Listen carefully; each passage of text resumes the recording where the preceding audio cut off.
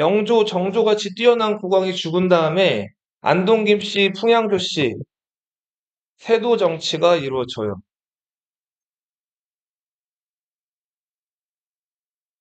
자, 요 시기에 이제 정치가 엉망이 되니까 그 백성들의 삶도 어려워졌는데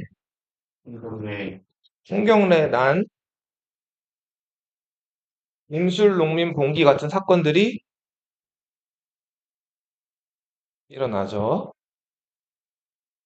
이런 것들을 개혁하려고 삼정의 문란을 해결하기 위한 삼정 이정청 이런 것들이 만들어지고 암행어사도 보내졌지만 자, 이 문제가 제대로 효과를 거두지를 못해요.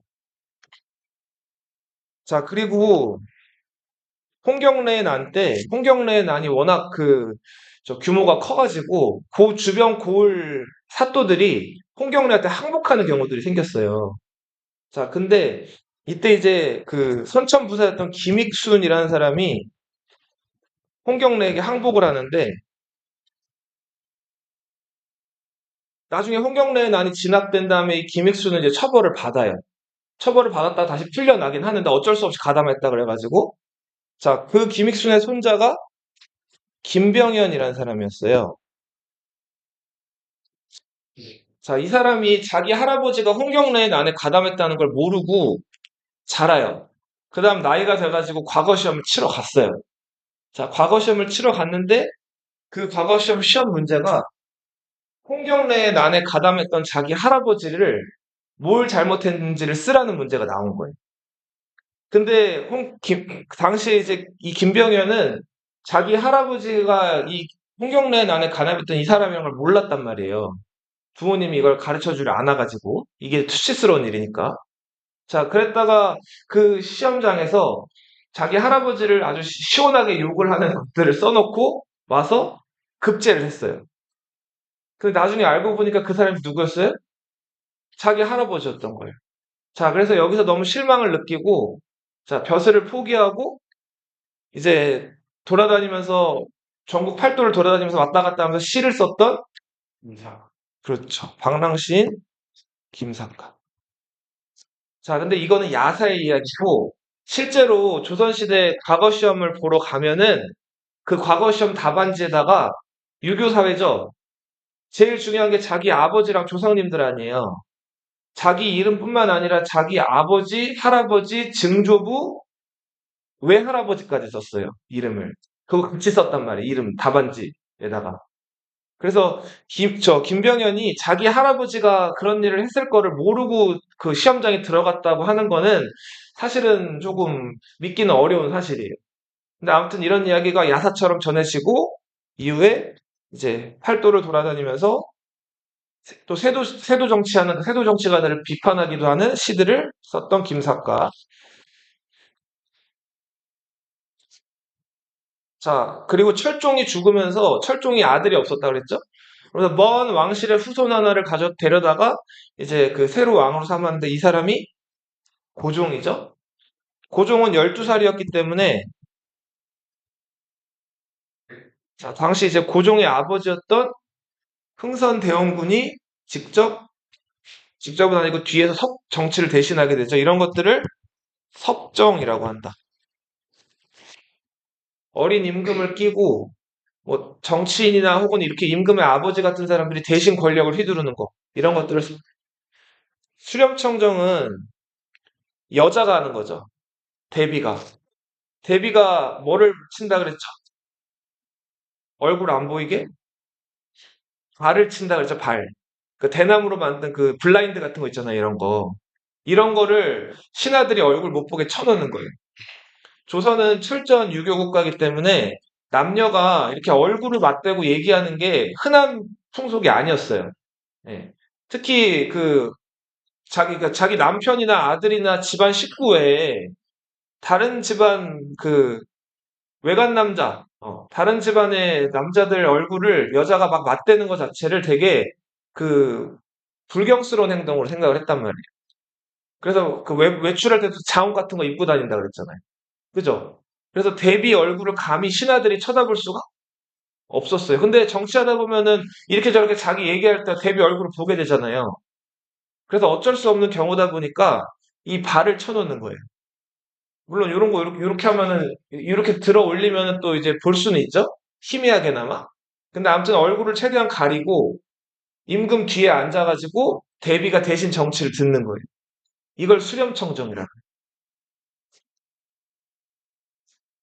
자, 당시 신정왕후 조대비가 수렴청정을 하는 가운데 흥선대원군이랑 적극적으로 정치적인 어떤 토론이나 얘기를 해가지고 흥선대원군 얘기가 정치에 많이 반영이 된단 말이에요. 자, 요 시기를 그래서 흥선대원군 집권 시기라고 하죠. 고종이 몇 살 될 때까지? 22살 될 때까지 뒤에서 이제 정치를 주도하자, 아버지가. 자, 경제 빠르게 볼게요. 우리 저 고려 말기에 과전법이라는 개혁이 시도가 됐죠? 과전법. 고려를 사실상 무너뜨리고 새로운 나라 조선을 건국한 과전법. 자, 줄 땅이 부족해지니까 세조 때 무슨 법? 직, 직전법이 실시됐죠. 직전법도 문제가 생겨가지고 나중에는 나라가 이제 땅을 주지 않고 쌀만, 그렇죠, 이제 주게 된다. 그 월급으로 쌀 주는 거를 뭐라고 부른다? 녹봉. 이 말이 지금도 남아있어가지고 공무원들 월급 받는 거를 좀 옛날 표현으로는 나라의 녹을 먹는다 이렇게 표현해요. 따라해보세요. 뭐라고요? 나라의 녹을 먹는다. 세금은 크게 고세, 공물, 역. 공납이라고도 해요. 네, 공납이라고 써도 괜찮습니다. 같은 표현이에요. 그러니까 공납은 그 특산물 자체를 의미하고 공납이라고 하면 특산물을 납부한다 이런 얘기예요. 같은 얘기예요. 자, 세금은 이렇게 세 가지. 수치라고 하는 거는 백성들로부터 이렇게 얻는다 이런 뜻인데 이거 세금을 걷는다라는 얘기. 좀 어려운 얘기인데. 세종대왕 때 풍년, 흉년에 따라서 세금 거두는 거 차별을 두는 그런 제도가 있었는데 이런 거를 공법이라고 불러요. 이때 세종대왕이 이거 시행하기 전에 경기도 지역에 사는 농민들 17만 명한테 관리들을 보내가지고 가부 설문조사를 했어요. 하고 싶냐, 안 하고 싶냐. 자, 그렇게 해서 많은 사람들의 동의를 이끌어내가지고 실시됐던 공법. 이때부터 제일 풍년이 들면, 상상년이라고 해가지고 제일 풍년이 들면 1결당 20두. 네. 그리고 제일 흉년, 하하년 이렇게 되면은 네, 그 4두를 거두는 이런 공법이 정착이 된다. 한두가 대략 한 그 당시 기준으로 20km 정도? 그래서 뭐 아주 풍년이 들게 되는데 한 결이 또 넓은 땅이긴 해요. 결이 저번에 몇 평이라 그랬어요? 3,000평이라 그랬죠? 예. 그 큰 땅에서 나오는 그 토지인데 그 곡식인데 예. 요 정도로 보시면 되겠습니다. 근데 이거 매년 조사하는 게 어려웠다 그랬죠? 그리고 조사관들이 뇌물 받고 나쁜 짓을 하기 시작을 했다 그랬죠. 자, 이 문제가 생깁니다. 그래서 우리 이거 조선 후기 때 뭘로 고정하죠? 사두를 고정하죠. 영원히 정한다. 무슨 법? 영정법으로 고정하죠. 이게 어느 왕 때? 인조 때. 곡물은 집집마다 매겼죠. 부잣집, 가난한 집 할 것 없이 똑같이 집집마다 매겼어요. 자, 인삼 10뿌리 하면은 저 부잣집, 재벌같이 잘 사는 부잣집, 양반집에도 10뿌리. 저 가난한 집에도 10뿌리를 매겼어요. 자, 근데 문제는 가난한 집에서 관리들한테 뇌물 못 주거나 이러면은 중간 관리한테 인삼 10뿌리 가져왔습니다 하고 바치면은 중간 관리가 이거 받고서 그대로 받아줬다 그랬어요? 빠꾸시켰다 그랬죠? 납부하는 거 방해하고 자기가 대신 낸 다음에 그 가격을 받았는데 그 가격이 5배, 10배 막 높았다 그랬죠? 이렇게 납부하는 거 방해하는 걸 뭐라고 했어요? 방납이라고 한다 그랬죠? 이거 조선 후기 때 광해군 때 개혁이 이루어지죠. 무슨 개혁? 대동법이 이루어지죠. 이거 이제 특산물로 거두던 거를 뭘로 거두게 된 거예요? 쌀로 거두게 된 거죠. 그죠? 예. 그러면서 이제 특산물을 나라가 직접 못 구하게 되니까 대신에 어떻게 했어요? 어떤 상이냐? 그쵸. 그 공인에게 거둔 쌀을 줘가지고 시장 나가서 물건을 사오게끔 했죠. 방납이 그래서 해결이 된다. 역은 군역과 요역, 군사력과 노동력을 징발해가는 세금을 말하는데 16에서 60세 양반 아닌 평민 남자들에게 해당하는 세금이었죠. 근데 문제는 군대 가고 싶어 하는 사람이 많이 없어서 또 전쟁도 오랫동안 없다 보니까 자, 자기 대신에 군대 보내는 거. 대립제. 예. 혹은 나라가 옷감을 받고 군대를 빼주는 거. 이걸 반군수포라고 하는데 그 가격이 대략 얼마? 1인당 배 몇 필? 근데 이거 부담이 꽤 크다 그랬죠. 그래서 이거 영조 때 몇 필로 줄여줘요? 한 필로 줄여주죠. 균역법.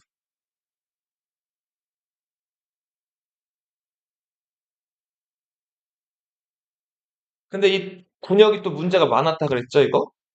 만약에 이웃이 도망가면 이웃 대신에 내야 되는 거. 인징. 친척이 도망가면 대신 내야 되는 거. 족징. 입속이 노란 새. 아기를 뜻하죠?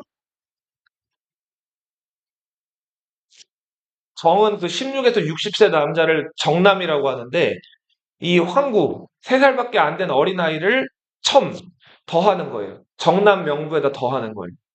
네. 그래서 얘한테도 3살짜리한테도 세금을 거두는 거. 이미 죽어서 하얀 해골바가지가 된 아버지한테도 세금을 거두게 해요. 백골, 징포. 한국은 우리 봄에 곡식을 빌려줬다 가을에 이자 좀 받아서 갚게 하는 제도인데 문제는 수령이랑 향리, 사또랑 향리들이 결탁을 해가지고 곡식이 필요하지도 않은 농민들한테 쌀을 빌려주죠. 자, 그 다음에 이자를 막 높이 해가지고 받거나 혹은 쌀을 빌려줄 때 모래나 돌이나 그러니까 뭐쌀 껍데기 같은 것들 섞여 있는 것들을 그냥 막 빌려주고서는 대신에 받을 때는 또 좋은 쌀로 받는 그런 나쁜 짓들이 이루어져서 이게 조선 후기까지 크게 문제가 돼요. 자, 조선은 여러 산업 중에서 뭐를 으뜸으로 삼았어요? 농업을 으뜸으로 삼았죠? 그래서 세종대왕 때 농사직설이라는 뭐 농서가 만들어지기도 했죠. 자, 그리고 상업하면은 특권을 보장받는 상인들이 있었어요. 그러니까 나라에서 필요한 물건들을 공급하는 대신에 네, 맞아요. 시전 상인들이라고 이 사람들이 종로 한복판에서 큰 특권을 가지고 있었는데 이 사람들은 자기가 취급하는 물건에 대해서는 영세한 상인들, 그러니까 돈이 많이 없고 물건을 조금밖에 가지고 있지 않은 상인들은 장사를 못하게 할 수 있는 권리가 있었다고. 자, 이걸 뭐라고 불렀어요? 금난정권이라고 했죠. 금난 전권이 아니라 금난전권이에요. 난전을 금지하는 권리. 근데 항상 돈이라는 거는 권력 있는 사람들한테 흘러가기 마련인데 시전 상인들이 이렇게 난전을 금지해서 자기들이 독점 판매해서 이익을 얻게 되면 이거 누구한테 로비한다 그랬죠? 누구한테 뇌물을 받 노론이라든지 유력 정치인들한테 뇌물을 바쳤다 그랬죠. 자, 그래서 이게 이제 또 마지막에 조선 후기 때 큰 문제가 돼서 정조 때 이 금난 정권을 어떻게 버려요? 없애버리죠. 이걸 신의 통공이라 그래요. 신의 년에 함께 다 같이 장사할 수 있게 만들었다 해가지고 신의 통공이라는 개혁이 정조 때 이루어집니다. 기본적으로 농업이 근본이다. 농본주의 성리학적 경제관이었기 때문에 상업을 억제하고 농업을 중시했어요. 중농억상이라고 해요. 자, 하지만 사람들이 점점 이제 외국 물건이나 이런 것들도 조금씩 이제 국내로 들어오게 되고, 자, 여기서 또 계속 뭐랄까, 그, 사람이 밥만 먹고 살 수 없잖아요.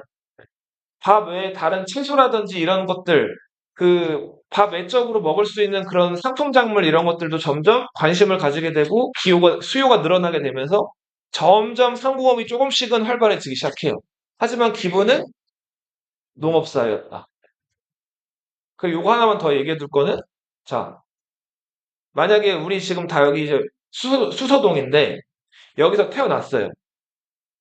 그러면은 뭐 대부분은 양반에 돼서 공부하는 사람들은 흔치 않았단 말이에요. 그럼 대부분은 이제 태어나는 순간 5살, 6살 이제 아장아장 걸어다닐 때부터 뭐 했을까요? 농사를 짓는 거예요. 그리고 그때는 뭐 가족 계획이나 이런 것들도 없어가지고 남녀가 이제 결혼해서 같은 방에서 자다 보면 애가 그냥 여러 명 태어나요. 예. 보통 지금은 애 하나 아니면 둘 낳죠. 그것도 안 낳죠, 요즘에는. 안 낳는 경우도 많고 결혼도 심지어 안 하잖아요. 근데 그 당시 때는 일단은 이 유교에서는 때 되면은 그 성인식 올리고 결혼한 다음에 아이 낳고 아이 교육시키거나 아니면 농사 같이 짓고 그러다가 이제 죽으면 부모님 장례 치르고 제사 지내고 이게 일반적이었단 말이에요. 그래서 집집마다 일단은 애들이 많았어요. 애들이 넷, 다섯인데 농사꾼들이 돈이 많이 있을까요, 없을까요? 없죠. 그러면은 그 넷, 다섯 되는 아이들을 계속 먹이기만 할 수 없죠. 그러니까 얘네들을 이제 걸음마 뛸 때부터 그 논밭으로 끌고 가는 거예요. 그래서 부모님 일할 때 옆에서 그 논밭 일을 가르치는 거예요. 그럼 그거 따라하면서 이제 어렸을 때부터 너희 지금 학교 다니면서 배울 시기에 걔네들은 뭘 한 거예요? 농사를 짓는 거예요. 네. 자, 그렇게 농사를 지어가지고 어렵게 어렵게 그 농사가 굉장히 어려워요. 잡초도 뽑아야 되고, 그리고 물도 계속 줘야 되고, 그리고 뭐 이렇게 뭐 산짐승들이 가끔 와가지고 그 막 논밭 해집어 놓기도 하는데 그런 것도 또 파수 이렇게 막아야 되고, 굉장히 아무튼 농사는 손이 많이 가는데, 그렇게 해서 이제 추수한 거로 또 이제 먹고 살고 그게 기본적으로 조선시대, 고려시대, 신라시대 모든 농민들의 삶이었다고. 자, 그리고 그 땅에서 나온 그 수확물 있죠. 곡식들. 예. 이거를 가지고 먹고 싸고 자고 다음에 또 이제 벽시 가지고 또 농사 짓고 평생을 이러다가 죽는 거예요. 예. 빨리 와. 그러다 보니까 굳이 다른 동네를 갈 이유가 있어요, 없어요? 없어요. 수서동에서 태어났으면 멀리 가봐야 일원동, 개포동이에요. 그 외에 멀리 저기 뭐 다른 데 여행을 간다거나 어디 다른 데 가가지고 뭐 이렇게 뭐 생활을 한다거나 이런 거는 거의 상상할 수가 없어요. 이게 아주 오랫동안 그래 왔단 말이에요. 저 먼 고려 신라시대 때부터. 자, 그러다 보니까 사람들이 왔다 갔다 하는 그 도로, 길이 발달을 했을까요? 안 했을까요? 길이 발달하지를 않아요. 길이를 해봤자 그 논이랑 밭 주변에 이렇게 논두렁이라고 하죠. 그, 이렇게 좀 그 논두렁길이라고 해서 이렇게 좀 그 논 옆에 둔덕처럼 높이 쌓이는 흙길 있잖아요. 그 정도예요.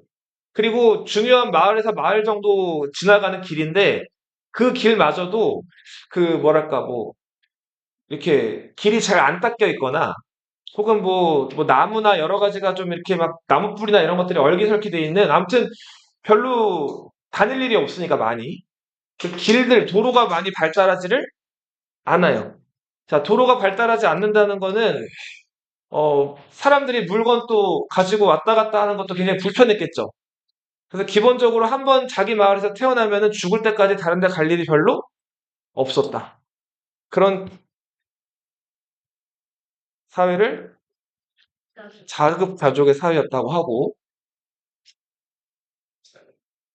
자, 이 도시에서 저 도시로 물건 같은 것들을 옮길 일도 없죠.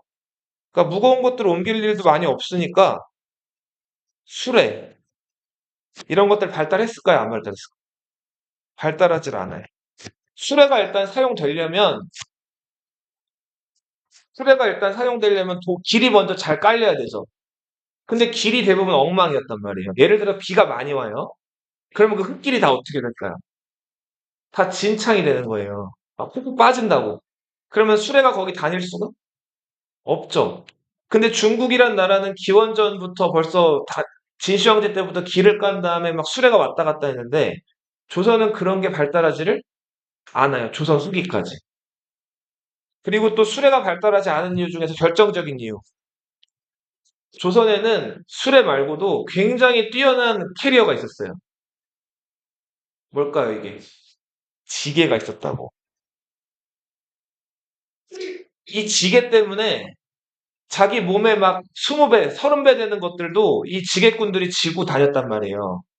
자, 그래서 굉장히 뭐랄까. 좀 이런 수레 이런 것들이 발달하지도 않고 지게 같은 것들로 물건들을 지고 나가는 게 더 일상적이어서 유통이 일반적으로 활발하지를 않았다.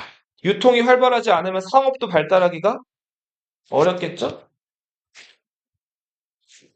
넘어가세요. 49페이지. 조선 후기에 매년 그 조세 거두는 게 조사하는 거 어렵다 그래가지고 영원히 정하는 거 무슨 법? 민서 때 영정법. 자, 특산물 이제 쌀로 거두는 거. 대동법. 이거 전국적으로 실시되는데 몇 년 걸렸어요? 100년 걸렸죠. 왜 이렇게 오래 걸렸어요? 지주들이 반대했죠. 그죠? 원래는 집집마다 부과하던 거를 이제 어디다 매기게 된 거예요? 땅에다 매기게 된 거잖아요. 그러다 보니까 원래 그 세금 안 내던 지주들이 갑자기 세금을 많이 내야 된 거죠. 그래서 결국은 지주들의 반대로 100년이 걸렸다. 김육이라는 사람의 노력으로 전국적으로 확대됐다. 자, 그리고 영조 때는 두 필 거두는 거, 한 필로 거두는 거, 균역법이 실시가 되죠. 하지만 근본적인 해결이 되지는 않아요.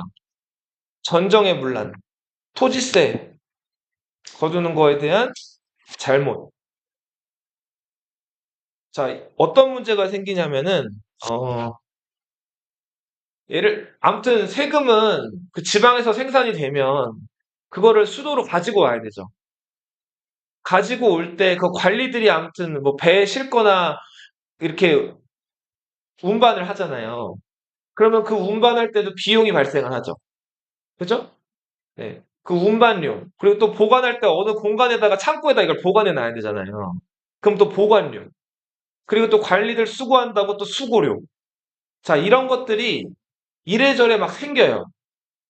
그래서 최저세로 4두로 고정해 놨는데 그게 4두가 아니에요. 결국은 이게 2배, 3배로 늘어난단 말이에요. 한양까지 올라가는 과정에서. 그럼 그것 고스란히 다 누구 부담? 백성들 부담이에요. 네. 그리고 또 중요한 문제. 자, 예나 지금이나 세금 내는 거 싫죠? 그래서 지금 유명 연예인 또 뭐 200억 탈세했다며. 네. 그런 것들처럼 이 당시에도 세금을 안 내려고 그랬어요. 그 양반 지주들이나 힘 있는 사람들이 세금 안 내려면 어떻게 해야 될까요? 좋은 지적이에요. 준일이가 지금 정답을 얘기했어요. 땅을 어떻게 한다고? 숨기는 거예요. 땅을 어떻게 숨길까요? 그쵸? 자, 땅 문서에서 이렇게 지금처럼 땅이 누구 땅인지 명명백백하게 그런 것들이 파악이 안 돼 있었기 때문에 땅 문서 이런 것들을 위조를 하는 거예요. 자, 아니면은 그 땅의 용도 이런 것들을 나라 토지 이런 것들로 어떻게 위조를 하고 그리고 위조한 거를 또 관리들이 보면 딱 알 거 아니에요. 그럼 관리들한테 뭘 찔러주고 돈을 찔러주는 거예요. 자, 그렇게 토지를 숨기는 거를 은닉이라고 불러요. 은닉, 숨긴다. 자, 그렇게 숨긴 토지들을 은결이라고 불러요. 어, 저러면은 근데 저러다가 네. 들킬 수도 있지 않아? 찍히면 이제 크게 혼나는 거죠.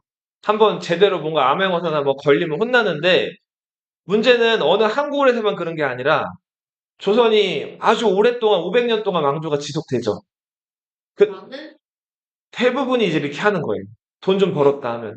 세금 누가 제대로 내? 요즘에도 그 회사 운영하시는 분들 가끔 이제 만나가지고 얘기를 해보면은 선생님 친구들 중에서 중소기업 하는 친구들이 있거든요. 그래서 지나가는 얘기로 이렇게 얘기들을 해요. 야, 세금 다 내고 회사 어떻게 운영해? 예. 그러니까 지금 대한민국에서도 이래저래 세금을 내야 될 거를 안 내고 이렇게 뭔가 운영되거나 하는 것들이 다 존재한단 말이에요. 근데 조선 이제 후기로 갈수록 그게 점점 더 커진다고. 은결이 점점 늘어나는.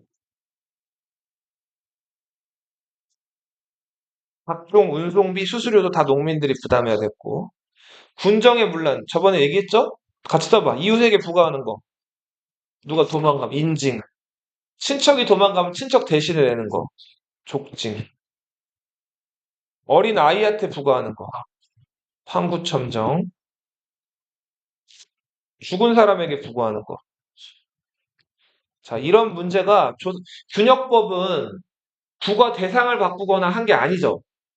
그냥 두 필 내던 것만 한 필 내는 거로 반으로만 줄여준 거죠. 그러다 보니까 이 근본적인 문제는 해결되지가 않아요. 한국은 고리대로 운영이 된다 그랬죠? 학도가 재테크의 수단으로 쓰는 거예요. 힘없는 백성들한테 강제로 쌀을 빌려준 다음에 이자를 많이 받거나 혹은 안 좋은 쌀을 빌려주고 좋은 쌀을 받는다. 창조 경제죠, 말 그대로. 잠깐, 이게 그 사또 재산은 창조가 되는데 백성들은 어떻게 되는 거예요? 죽어나는 거예요. 갑자기 너희 봐봐. 너희 엄마 아빠를 저 동사무소에서 불러와가지고 별로 필요하지도 않은데 돈을 빌려가라는 거예요. 안 빌리고 싶은데요? 빌려가라니까? 필요하잖아. 안 빌려가. 그래서 빌려왔어요. 자, 근데 이자가 200%, 300%예요. 100만 원 빌렸는데 200만 원, 300만 원을 갚아야 돼요. 자, 이런 일들이 조선 후기에 만연하기 시작한다고. 어이없죠? 이 사또들이 또 그 자리에 어떻게 갔으니까? 매관? 매직해가지고 그 자리에 갔으니까 자기 임기 1년, 1년 반 동안 본전을 뽑아야 되죠. 그렇게 해서 이런 것들이 점점 일상화됩니다. 저번 시간에 저 사또 자리 한 자리가 한 얼마 한다 그랬죠? 3억 원 정도 한다 그랬죠. 네. 이게 지금 기준으로 정확하게 환산하면 조금 더 달라질 수도 있긴 한데 쌀 20kg. 지금 이마트 가면은 보통 쌀 이렇게 큰 푸대자루로 나오는 것들 있죠. 그게 쌀 20kg 정도 되거든요. 네. 그게 지금 대략 쌀도 뭐 브랜드가 많잖아요. 대략 싼 거는 한 3만 원대에서 3만 원대도 요즘 거의 없을 거예요. 3만 원에서 5만 원 정도 해요. 어.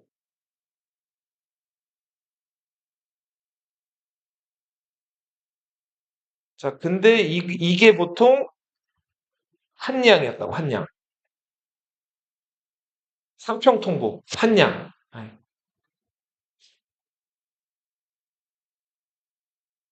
근데 수령은 사또죠? 사또 자리가 대략 그 만량이었다 그래. 그러면은 만량 곱하기 3만 원 하면 대체로 얼마예요? 3억 정도 되는 거죠? 3억에서 5억 사이인 거예요. 사또 자리 하나가. 안동김 씨나 풍양조 씨한테 이거 뒤로 찔러주면 사또 자리 하나 주는 거예요. 자, 그리고 그, 세원이나 진사. 이거는 뭐를 급제하면 받을 수 있다 그랬죠? 초시급제자죠, 그죠? 이게 한 4만 양. 세원이랑 진사를 땄다는 거는 오늘날로 치면은 서울대학교 졸업장인 거예요, 이게. 어, 이해돼요? 서울대학교 적어도 입학 자격, 입학했다는 그 증거를 할 수 있는 그 학위인데, 자, 요게 4만 양이에요. 그러면은 이제 급제자, 복시급제자.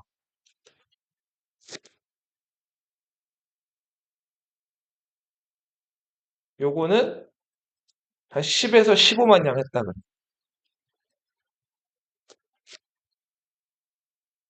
그럼 이거는 뭐 얼마죠, 대략? 30억. 네, 한 30억? 30억에서 40억 정도면은 자원급제 한 거 이제 흉내를 낼 수가 있는 거예요. 어, 네. 그러면 양심을 할 수 있었어요. 그게 조선 후기 모습이었어요. 세도 정치시. 근데 이렇게 해서 산 사람들이 영의정, 좌의정까지는 올라갈 수는 없어요. 이거 다 알까요, 모를까요? 다 알죠.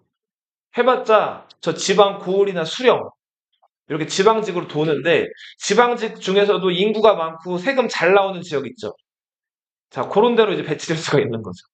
그럼 가가지고 본전 찾으려고 이제 열심히 긁어대는 거예요. 그래서 이런 문제들이 있었다. 자, 51페이지. 경영에서는 농업 경영에서는 상품 작물 재배가 확대된다. 이제 그냥 쌀 말고도 팔 수 있는 식물들, 담배, 인삼, 면화 이런 것들. 자, 그리고 이제는 민간에서 물건들을 만들어 파는 민영수공업이 조선 후기에 발달하게 됩니다. 대동법 이후에 나라에서 원하는 물건들을 사서 공급하는 뭐가? 공인들이 등장합니다. 돈으로는 상평 통보가 이제 전국적으로 유통이 돼요. 자, 의주의 만상, 평양의 유상, 개성의 송상이 유명했어요. 개성은 예전에 송악이라고도 불렸죠. 고려시대 때는 왕건이 처음에 일어난 곳이죠. 자, 넘어가고. 신분, 법적으로 양인과 천인, 법적으로는 양천제, 자, 실제로는 사신분제였어요. 무슨 반? 양반. 다 양반 중심의 사회였죠, 조선은. 그리고 중인, 말단 지배층, 그리고 서울. 상민이라고 불렸죠. 상민은 좀 비하하는 뜻으로 상놈, 쌍놈이라고도 부른다고 그랬죠. 그리고 선민, 편인 뭐 같은 뜻이죠. 이렇게 이루어져. 중인 중에서 첩의 자식들을 서울들은 청요직에 나갈 수가 있었어요, 없었어요? 없었죠. 그래서 조선 후기에 통청, 삼사나 대관 자리에 가고 싶어요. 통청 운동이 일어나기도 했다. 자, 천민들의 대다수를 차지했던 건 노비인데 사고 파는 게 됐다 그랬죠. 매매나 상속이 가능해요. 노비들이 주인에게 바쳐야 되는 조공을 신공이라고 불러요. 그리고 천민 취급을 받는 여자 의원, 여자 간호사들을 의녀라고 불러요. 유명한 의녀, MBC의 사극으로 해서 대장금 들어봤죠? 중종실록에 한 기사가 10기사 정도 나오거든요. 짤막짤막하게. 그 10줄밖에 안 되는 기사로 어마어마한 드라마를 만들었죠, MBC에서. 그게 중동에 또 수출이 돼가지고, 중동 이라크에서 이 대장금 시청률이 몇 프로인지 혹시 아나요? 찍어봐봐요. 80. 80억, 100다운. 82%였대요. 82%면은 TV 켠 사람들 10명 중에서 8명이 그거를 본 거예요. 지금은 유튜브나 뭐나 우리 뭐 많잖아요. 그래서 시청률 많아봤자 인기 있는 예능 프로그램이 5%만 나와도 와 한단 말이에요. 시청률이. 시청률 몇 프로였다고요? 82%. 자, 이 향자 들어가는 건 다 뭔 얘기라 그랬어요? 지방. 시골 지방을 얘기한다고 그랬죠? 사또랑 향리들이 결탁해서 나쁜 짓 할까봐 유향소나 향외 같은 것들을 만들어서 견제를 하기도 했고, 향안은 서원에 학생으로 등록한 사람들의 명단이에요. 향안. 그리고 향촌 자치규약. 자, 시골에서 양반들이 직접 법을 만들어서 운영했다 그랬죠? 이거를 향약이라고 한다. 향약하면 누굴 떠올려야 돼요? 조광조. 조광조와 그의 제자들, 편리학과 사람들. 예, 이런 것들을 기억해라.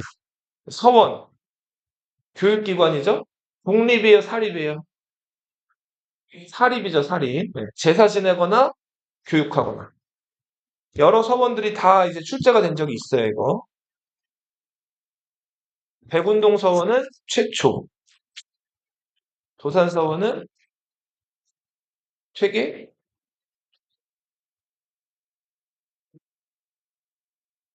넘어가세요. 조선 후기 사회는 또 달라지죠. 기술직들. 자, 양반들은 잘 나가는 양반, 몰락하는 양반들로 나눠지고, 그리고 기술직들 중에서 역관들이 크게 활약을 하죠. 오경석 이런 사람 돈 많이 벌었다고 그랬죠? 장희빈네 집안도 역관 집안이라고 그랬죠?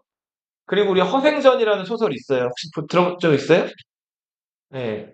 읽어봤죠. 허생전에서 허생이 처음에 누구한테 돈을 빌리죠. 그 돈 빌렸던 사람 기억나요? 그 사람 성이 혹시 뭐였죠? 변씨였죠, 변씨. 변승업이란 사람인데, 그 허생전에 나오는 변승업, 그 돈 많았던 변승업, 변부자, 변부자라고 나오죠. 그 변부자도 뭐였다, 직업이? 역관이었다. 오경석 이런 사람도 얘기했죠.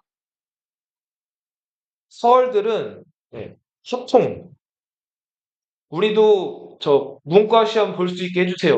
소통 요구를 했다.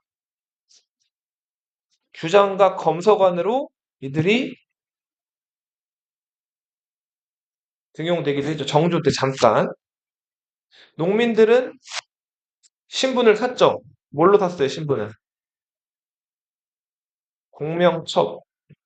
여기다가 이름만 적으면 관직자가 되는 거니까. 노비들은 자, 그 공을 세우거나 혹은 돈을 내 가지고 신분에서 해방되거나 아니면 도망을 쳤다 그랬죠? 이 노비를 잡는 사람들을 추노꾼이라고 부릅니다. 자, 정부에서는 노비들이 이제 너무 양민들이 줄어들고 세금 낼 사람이 없어지니까 노비를 어떻게 했어요?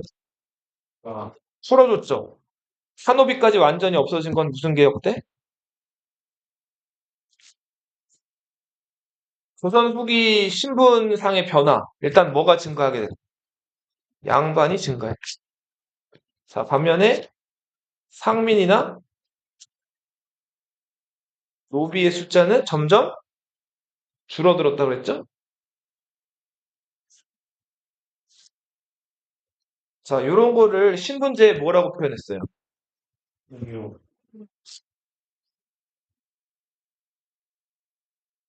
자, 원래부터 양반이었던 사람, 지방에서 새로 족보 위조하거나 돈 좀 벌어가지고 양반 행세하기 시작한 사람, 내가 진짜 양반이야. 그리고 내가 진짜 양반이니까 우리 조상들을 더 좋은 데 모실 거야. 명당 자리 놓고 소송 벌어졌다 그랬죠.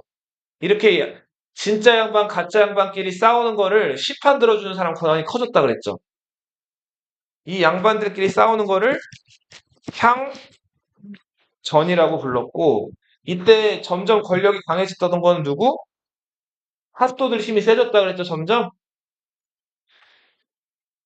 사또들은 근데 견제할 만한 사람이 없어요.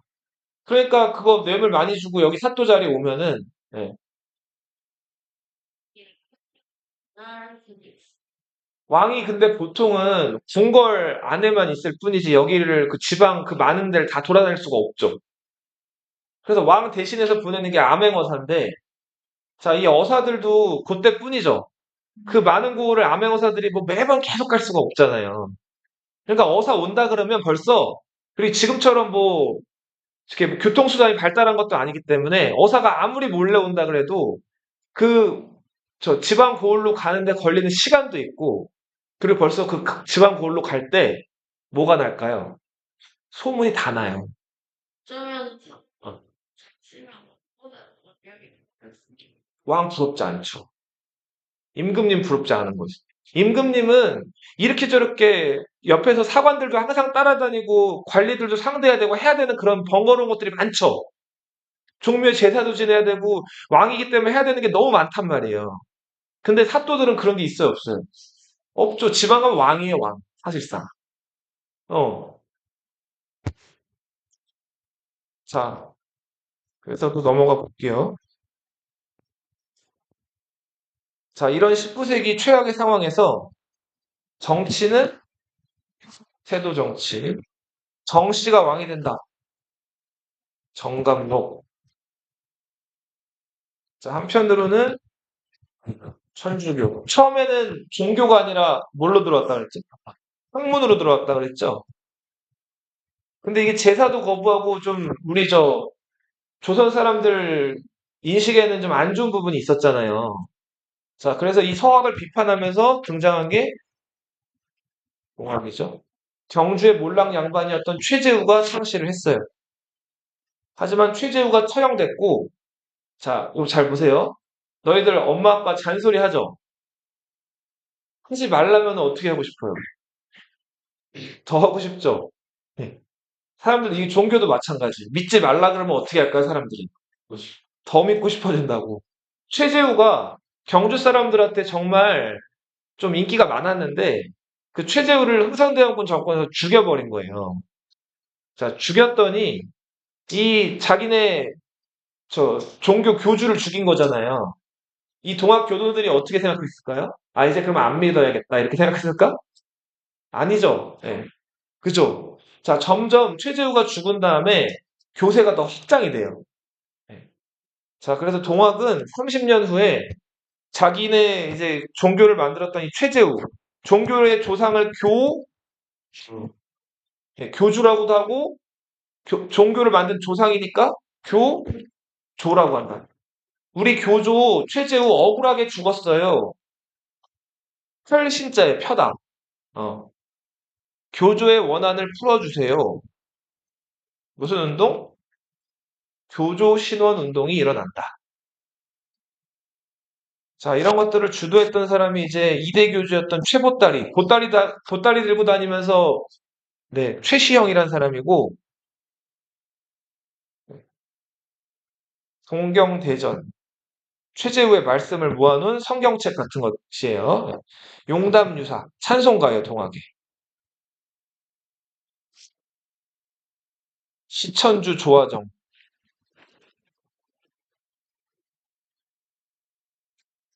영세불망, 만사지. 불교에서 나무아미탑을 관세음보살 하죠? 비슷한 것이라고 보시면 돼요. 시천주 조화정, 하늘님을, 이제, 이 동학에서는 얘네들 하느님을 이제 한울림 이렇게 많이 불렀거든요? 이 한울림을 이렇게 잘 모시면은 영세불망, 죽지 않고 영원히 산다는 거예요. 자, 뭐 그런 류의 일들을 통해서 점점 교세를 확장해 나가는. 농민한 거, 못 살겠다? 홍경래의 난. 임술련에 일어난 임술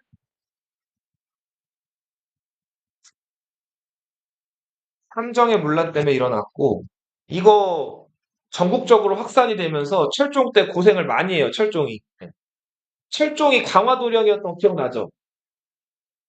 2년 동안 순원왕후한테 수렴청정 받고, 철종이 뭐 이제 뭐 아는 것도 많이 없고 했지만 노력을 꽤 했어요, 그래도. 그리고 순원왕후가 철종 8년에 죽어요.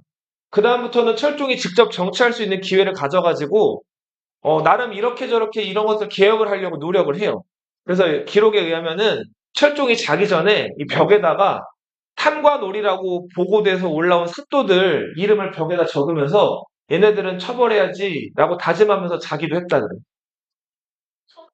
실제로 철종이 몇몇을 불러다가 이제 이렇게 감옥에 가두기도 하고 이렇게 처벌하려는 노력을 계속 해요. 계속 물어보고. 자, 하지만 철종이란 임금 자체에 본인이 힘이 크게 없었어요. 이미 영의정, 좌의정, 우의정은 안동김 씨가 다 차지하고 있어요. 이조판서, 병조판서 중요한 자리도 대부분 안동김 씨가 가지고 있단 말이에요. 그래서 이 안동김 씨들이 비변사라는 곳에 모여가지고 자기들끼리 쑥덕쑥덕 돼서 나라 일들을 대부분 다 결정하고 결정된 거를 왕한테 보고를 하면 왕은 뭐만 찍어요? 도장만 찍어요. 그리고 왕이 가끔 가다가 뭔가 자기가 해보려고 물어보거나 이걸 이렇게 저렇게 해라, 처벌하라고 명령을 내리면 예, 예 하는 거예요. 대관들은 또 이제 자기들 기득권이나 이런 것들을 좀 침범할 것 같으면은 이거 뭐예요, 이거. 네, 요거 하는 거예요. 자, 그래서 철종이 뭔가 그 재위 후반부에는 이렇게 어느 정도 의식이 생기면서 이렇게 노력을 해보려고 했지만 개인 혼자만으로는 이미 뭔가를 뒤바꾸기에는 쉽지가 않은 상황이에요. 네. 자, 이런 상황에서 철종이 죽고 그동안 숨죽이고 있었던 자, 우리 저번 시간에 잠깐 얘기를 했는데 그 신정왕후 조씨, 예, 그 조씨가 그 고종, 고종을 이제 선택을 하게 되면서 흥선대원군이 권력을 잡고 이제 개혁을 시작하게 되죠. 자, 조선시대 문화 59페이지, 60페이지 보세요. 이거 나올 거면 빠르게 찍을게요. 자, 봐요. 자, 우리 조선시대 문화하면 일단 한글이 창제됐죠? 훈민정음. 백성들을 가르치는 바른 소리. 세종대왕께. 훈민정음으로 만들어진 여러 가지 그 작품이 있는데, 조선 창업을 칭송한 용비어천가. 해동 육룡이 나르샤. 목조, 익조, 도조, 한조, 해조. 마지막 누굴까요? 목조는 이한사예요, 이한사. 전주 지역의 향리였다가 삼척으로 도망갔다가 저 함흥으로 들어간 사람 기억나죠? 전주의 향리였던 이한사. 그부터 그 자식들. 함흥 지역에서 원나라 벼슬을 받으면서 그 지역에서 세력가였던 목조, 익조, 도조, 한조. 이 조상들을 다 이렇게 묘호를 올려서 높여놨죠. 그리고 태조와 태종 이방원에까지 이르는 조선 건국 그 6명을 칭송한 노래. 석부향전은 누가 썼죠, 이거?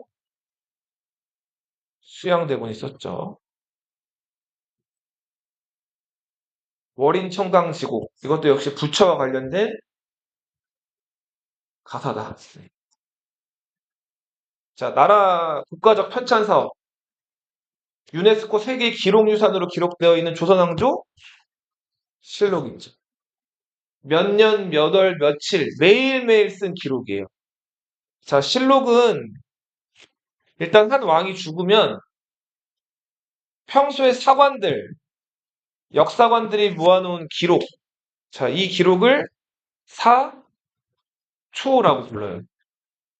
그리고 때마다 쓴 기록을 시정기라고 부른다.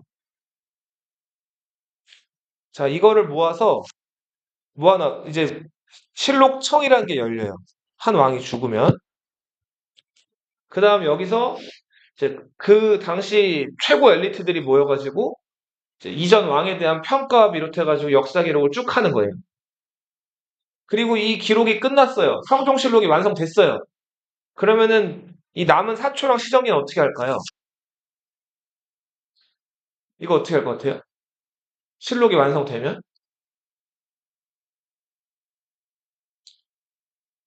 거기 은평구라고 들어봤어요? 은평구 저 연신내 있고 불광동 있고 들어봤어요? 은평구에 그 홍제동이라고 있거든요. 그 인조반정 때 서인 세력들이 여기서 그 칼을 씻고 저 경복궁으로 들어왔다 그래가지고 아니 저 창덕궁으로 들어왔다 그래서 여기 그 세검정이라는 정자가 있어요. 홍제천이라는 곳에서 이 사초랑 시정기를 물에다 씻어요. 자, 종이를 물에다 씻으면 다 종이가 녹아서 없어지겠죠. 그렇게 해서 물에 흘려보낸다고. 자, 이런 거를 세초라고 불러요. 실록을 다 쓰면은 원래 초기 기록이었던 사초랑 시정기는 어떻게 한다? 물에 씻어버린다고. 이거를 뭐라고 한다고요? 세초라고 불러요. 너희 그 얼굴 닦는 거 뭐라 그래요? 세수라고 하죠. 네. 사초를 물에 흘려보내는 거를 씻어서 흘려보내는 걸 뭐라고 한다고요? 세초라고. 조선 전기에 춘추관, 충주, 성주, 전주에다가 자, 네 군데다가 실록을 백업을 해놨어요. 근데 임진왜란 때 다 불탔죠, 이거. 전주 사고도 불탔는데 이 전주 사고에 있던 실록을 양반 두 명이 이거를 산속에다 동굴에다 옮겨놨다 그랬죠. 용자시죠, 용자. 그 두 분. 자, 그래서 이거를 다행히 살려가지고 조선 후기 때 춘추관이라는 곳은 원래 실록을 편찬하는 곳이니까 여기다 보관을 또 하고 한 군데 더 백업을 했어요. 이번엔 어디에다가? 공통적으로 어디다 백업했어요? 산속에다 백업을 한 거예요. 자, 태백산과 오대산은 저기 강원도 깊은 산골짜기. 묘향산은 그 험하다는 함경도. 네. 정족사는 어디 있는 산일까요? 저는 강화도에 있는 산이죠. 그러면은 저 춘추관이랑 신랑 생명도 실록은 상관없어요. 있어졌죠. 네. 똑같은 내용이었는데 복사본을 여기저기다 보관을 해놓은 거예요. 네, 백업을 한 거죠. 요것도 중요하죠. 고려가 망하고 조선이 세워진 거죠. 동양에서 역사 서술의 원칙은 지금 이 시대의 역사를 지금 사람들이 쓰지 않아요. 그 왜 그럴까요? 지금 사람들은 좋게 그쵸? 맞아요. 대표적으로 지금 역사를 쓰면 제일 민감해할 사람이 누굴까요? 황제나 왕이겠죠. 최고 권력자들. 자기에 대해서 어떻게 쓴 게 궁금할 거 아니에요. 그리고 보통은 역사 쓰는 사람이 그 황제나 왕 눈치를 봐가지고 그 황제 왕을 좋게 쓰겠죠. 그러면은 객관성이 담보될 수가 있어요? 없죠. 자, 그래서 보통 역사는 적어도 그 왕이나 황제가 죽거나 죽은 다음에 쓰거나 혹은 그 나라가 망한 다음에 그 다음 왕조의 역사가들이 역사를 쓰는 거예요. 우리 삼국시대 역사서 삼국사기나 삼국유사도 언제 쓰였어요? 삼국사기, 삼국유사가 언제 쓰였어요? 고려시대 쓰였죠? 고려시대 누구? 김부식이랑 이련이랑 스님에 의해서 쓰였죠? 조선왕조 실록도 고려가 망한 다음에 태종 때부터 쓰여지기 시작해가지고 이게 언제 완성됐을까요? 문종 때 완성이 돼요. 자, 문종이 우리 병약한 이미지고 한 게 많이 없는 거로도 알려져 있지만 문종 제2기간 그 2년 짧은 기간 안에 중요한 일이 하나 완성이 되는데 고려사와 고려사로만 부족하다 그래서 편년체로 고려사 전료를 또 추가로 쓰거든요. 자, 이게 만들어진다고. 고려시대 연구를 하시는 분들은 고려왕조 500년 역사가 여기 잘 녹아있기 때문에 이거를 거의 달달달달 외우다시피 해서 봐요. 고려시대 연구의 지침서예요. 고려사, 전류 두 권. 이거 만드는데 결정적인 역할을 하고 이거를 수도 없이 많이 수정 작업하라고 신하를 시켰던 사람이 누굴까요? 문종 전에 세종대왕. 세종대왕이 집현전학사들이 고려사를 가지고 와서 이거 완성됐다고 보여주면 계속 고쳐와라 명령한다고. 20번 넘게 그래요. 근데 결국 완성을 봤다 못 봤다 세종대왕이 보지 못했어요. 이 고려사 편찬하는데 큰 공을 세웠던 사람이 육진개척의 영웅 대호 김종서. 김종서는 우리 무관으로 사람들이 많이 알고 있지만 사실은 과거에 급제한 문인이었다. 집현전 습사이기도 했고 역시 자원급제했던 술 마시고 세조한테 반말했던 정인지. 자, 이런 사람들이 고려사와 고려사전료 편찬하는데 크게 공을 세웠다. 성종 때 동국통감이라는 역사책도 쓰여요. 여기서 감이 무슨 감자일까? 감. 감. 먹는 감 아니에요. 감이 온다? 감. 감이 뭘까요? 감. 거울 감자예요. 역사는 자기 자신을 들여다보는 보다 거울이다. 네. 이게 원래 어디서 유래했냐면 중국에 자치통감이라는 역사책이 있어요.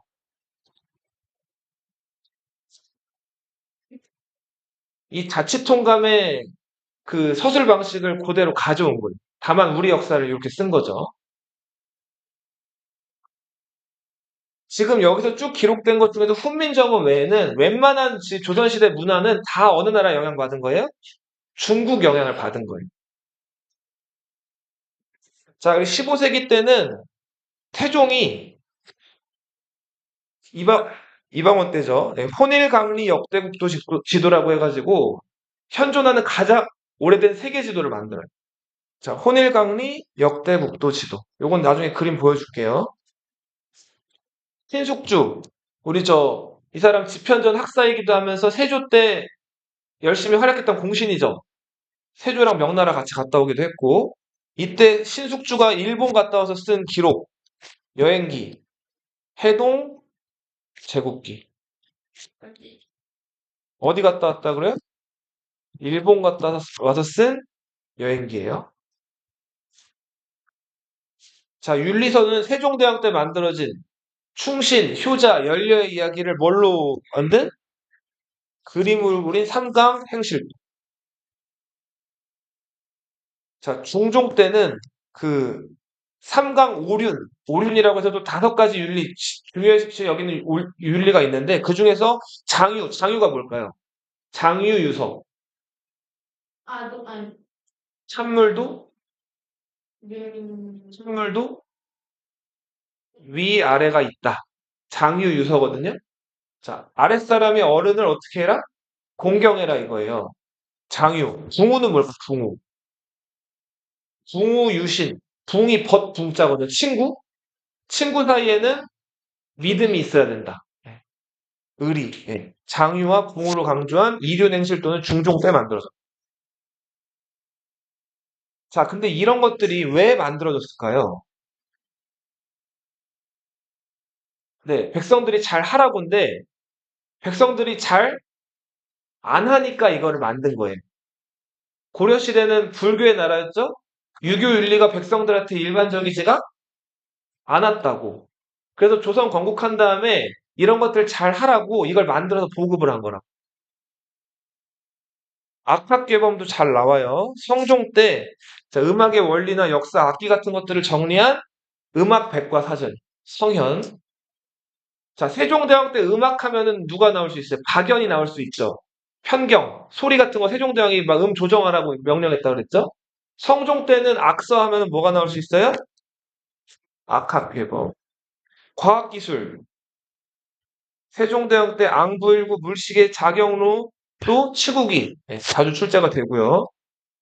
자, 천문역법. 고구려의 천문도를 참고해서 만든 태조 이성계 때 유일한 문화업적. 천상열차 분야식의 천문도고요. 세종대왕 때 또 혼천이라는 네, 천체운행 관측하는 기구가 만들어진. 실정사는 출제가 잘 되죠. 세종대왕 때 만든 이거 뭐예요? 달력이에요, 달력. 세종대왕 때도 만들어지는 우리 실정에 맞는 농사, 즉석. 자, 예술인데 15세기 고사관수도. 자, 이거 고사관수도라는 그림 이따 보여줄 건데 그 양반 선비가 사색에 잠겨 있는 모습을 그려놓은 그림이에요. 몽유도원도, 안견, 도화선은 그 왕의 얼굴이나 왕실에 필요한 것들을 그리는 그 왕립 그 미술원이에요. 이게 도화서인데 도화서 화원이었던 안견이 너희 몽유병 들어봤어요? 네. 그 막 비몽사몽할 때 자기도 모르게 막 일저지르고 하는 그런 병을 몽유병이라고 하죠. 이 몽유도원도는 안평대군. 안평대군 기억나나? 누구 동생이었죠, 이 사람? 그쵸. 문종이랑 수양대군의 동생이었죠.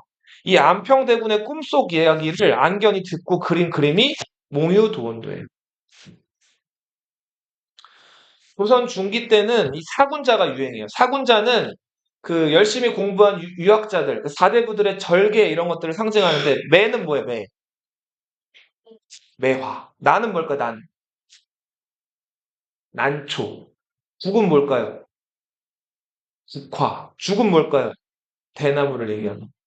자, 이런 것들은 사대부의 지조나 절개를 상징하는 그림이다. 신사임당 율곡 엄마 알죠? 신사임당이 벌레와 꽃을 그린 초충도. 자, 이런 것들도 유명하고.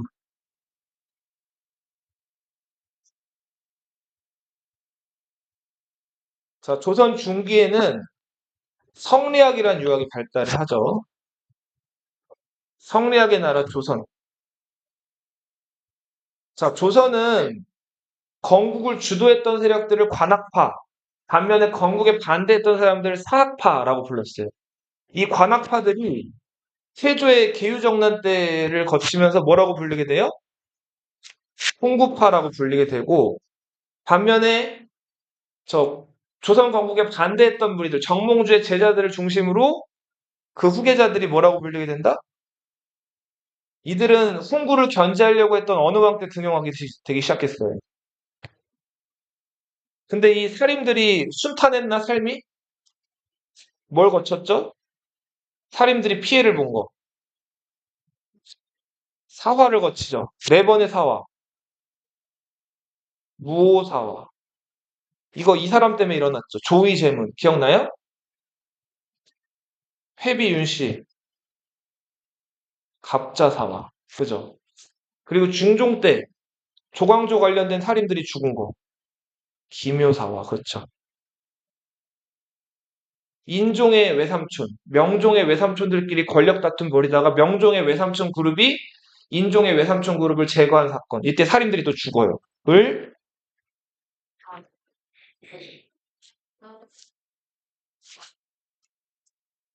자, 대표적인 성리학자면은 이황과 이이가 있죠. 성리학은 세상을 이와 기로 나눠 설명했죠.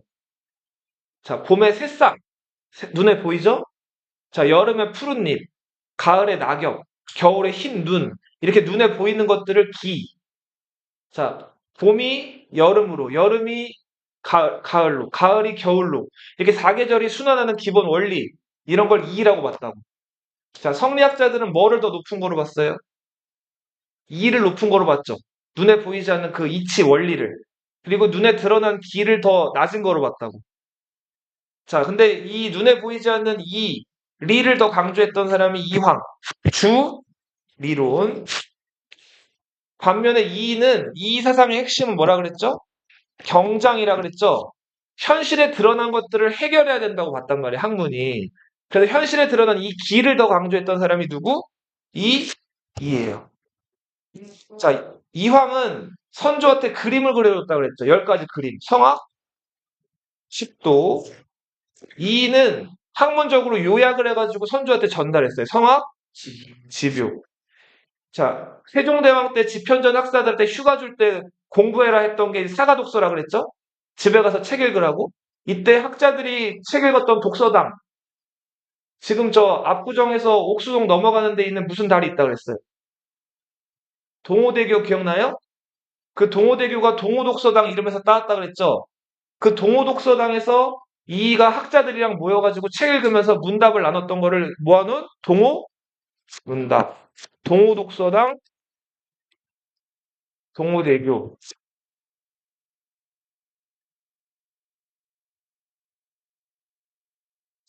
요거까지만 하고 쉽게 봐요. 임진왜란 병자호란 거쳤어요. 임진왜란 때 사람들 많이 죽었죠. 그죠? 뭐 양반이고 평민이고 할 것 없이 많이 죽었단 말이에요.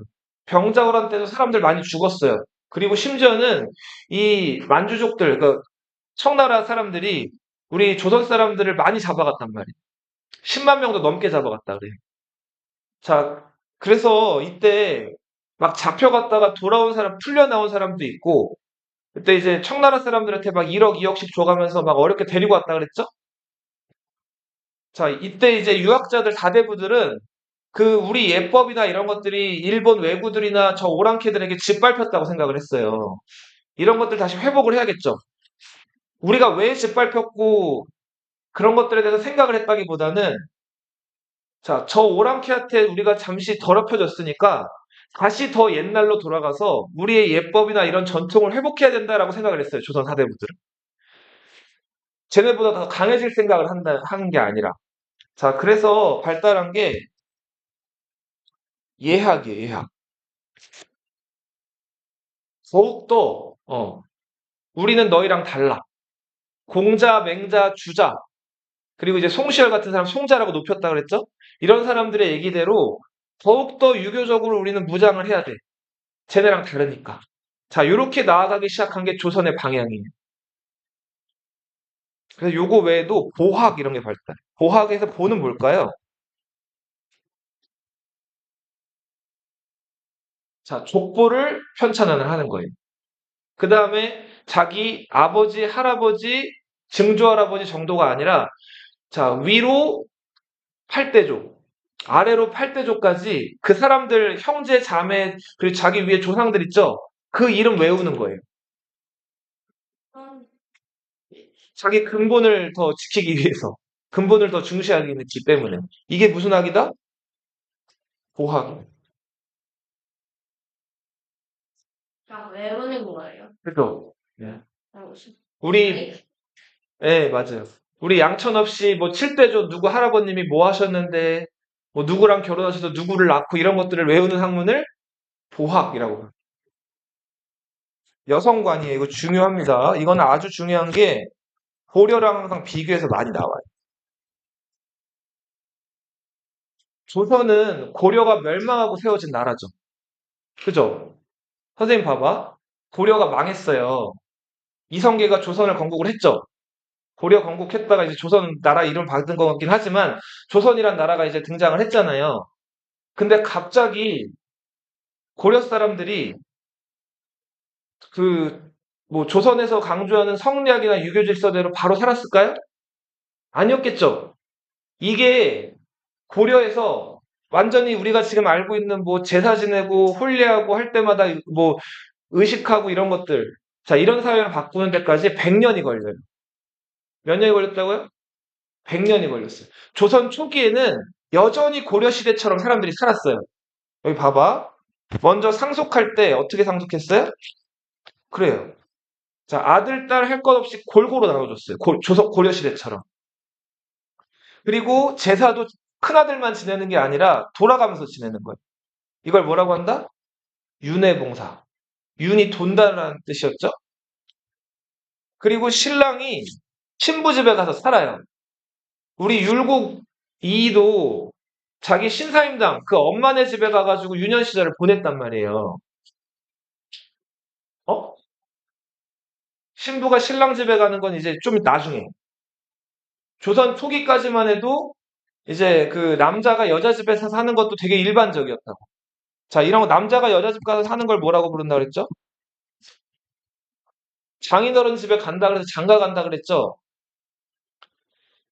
근데 이거는 좀 달랐어요. 재혼이 점점 안 되기 시작을 해요. 조선 아주 건국 진짜 극초반에는 재혼도 가능했는데 점점 재혼이 금기시돼요. 자, 유교에서 뭘 강조한다고 그랬죠? 충과 효와 남자에 대한 의리를 지키는 거. 남자가 죽었을 때 여자가 재혼 안 하고 끝까지 혼자 사는 걸 그 남자에 대한 의리를 지킨다고 받고 이런 여자들 열녀라고 불렀단 말이에요. 그래서 점점 재혼은 어려워지고 자, 그리고 일부 일처제였어요, 기본적으로.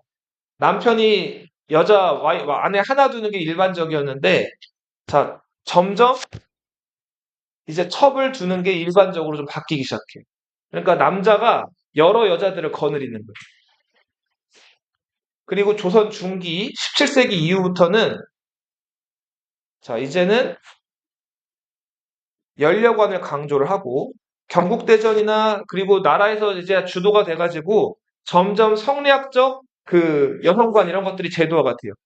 자, 그리고 뭐 수학이라는 이런 성리학 입문서가 보급이 되면서 여자들이 지켜야 될 도리들이 강조되는데 중요한 거 요거 삼종지도. 자, 이게 뭘까요? 삼종지도. 삼은 새삼자고 종은 뭘까요? 종. 우리 종. 노비말 아니고 따라간다는 뜻이에요. 따라간다. 셋을 따라가는데 여자가 태어나면 먼저 누굴 따라가요? 아빠를 따라가요. 자, 그리고 여자가 결혼하면 누굴 따라가요? 남편을 따라가요. 남편이 죽으면 아들을 따라가요. 그렇죠. 아들 죽으면 또 다른 아들을 따라가던가 아니면은 그 아들이 남편의 제사를 지내야 되잖아요. 예. 그 아들이 먼저 죽거나 했을 때는 다른 집안에서 양자를 드린다거나 이렇게 해야 돼요. 예. 그렇게 해서 그 남편 제사를 이어가요. 일부 종사. 이게 뭘까요? 일부, 이 남편이거든요? 남편이 2나 3이면 돼야 안 돼요. 오로지 한 남편. 여성의 사회지위는 점점 떨어져요. 여자가 외출하는 것도 점점 어려워지고 이렇게 바뀌게 되고 자, 이제 조선 후기로 넘어오면서 오로지 재산은 누가 다 물려받는다? 큰아들. 둘째 아들, 셋째 아들도 적정 때가 되면 내보내요. 근데 조금씩 이제 부잣집은 떼어주기도 하는데 기본적으로 가장 그 집에서 큰 노른자라고 할 수 있는 집이라든지 중요한 것들은 다 누가 이어받는 거예요? 큰아들이 이어받아. 이게 뭐 선생님 왜 갔대? 선생님네 엄마 형제가 이남 이녀거든요. 우리 엄마가 제일 큰 딸이에요. 큰 딸, 아들, 딸, 아들, 딸, 아들, 딸, 아들이래요. 이제 저희 외할아버지 돌아가실 때 외할아버지가 냉면 공장을 좀 하셨었어요. 그래서 그 공장이랑 재산 이런 것들을 이렇게 할머니에게 넘겨주셨어요. 외할머니한테. 그 외할머니가 지금도 살아 계시거든요. 90이 넘으셨는데. 근데 그 할머니가 이제 재산을 가지고 계셨는데, 자, 이것들을 우리 엄마의 동생, 그러니까 나한테는 그 외삼촌이죠. 네. 그 외삼촌이 그 집에서 맞이 아니에요. 장남 아니에요. 그 외삼촌이 그 외할아버지 돌아가셨을 때 그 재산을 자기가 다 가지겠다 그런 거예요. 그리고 그거 가지고 할머니랑 형제들 사이에서 막 진짜 난동을 부렸어요. 그래서 지금 안 보거든요. 근데 그런 것들이 선생님네 집뿐만이 아니라 선생님보다 위에 세대들은 그런 것들이 되게 많았어요. 조선이 망한 다음에도 한참이 지났는데 여전히 그 아버지 돌아가시면은 재산을 누가 다 가져가려고 했었다? 장자들이 가져가려고 하는 경우들이 되게 사회적으로 일반적이었어요. 자, 남자가 없으면 돼요. 남자가 없으면 어떻게 한다고? 여기 나와 있죠. 양자를 드려야 돼요. 먼 친척이나 같은 피가 흐르는 같은 성씨 있는 그 양자를 들여가지고 그 대를 잇고 제사를 짓게 해야 돼요. 지내게 해야 돼요. 그리고 이제는 장가 가는 게 아니라 그쵸 여자가 남자 집으로 가서 시집살이를 하는 거예요. 자, 그래서 남자의 부모님을 무슨 부모님이라고 불러요? 시부모라고 부르죠. 시아버지, 시어머니 하잖아요. 그죠? 웰컴 투 시월드. 명절 때만 되면 이제 엄마들 좋아하시나? 아빠 집 식구들 만나러 가는 거 좋아하나? 안 좋아하나요? 여기까지 하고 쉬었다 할게요.